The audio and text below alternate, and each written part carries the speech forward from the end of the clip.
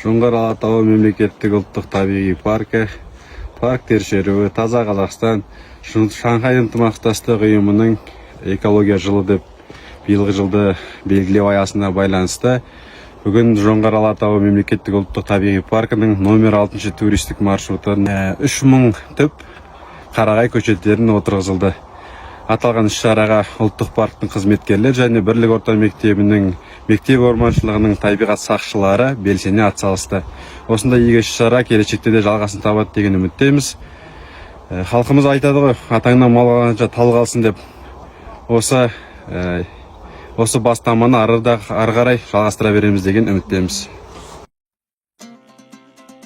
Мынау біздің Сарқан орман бағымыз. Біздің номер 6 туристік маршрут. Мына жерге жазғы кезде, көктем кезде туристер келіп, оқушылар келіп, студенттер демалады. Яғни көрейік. Қазір енді бірігіп жұмыс жасайық.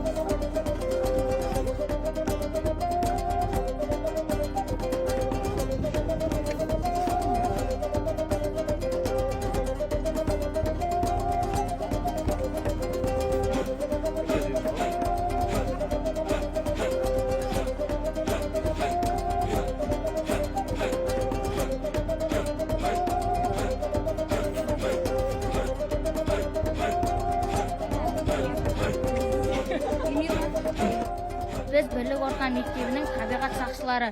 Біз Жоңғар Алатау ұлттық паркіне келіп, бүгін ағаш отырғызуға көмектестік, және де осындай ағаш отырғызу секілді шараларға қатысамыз.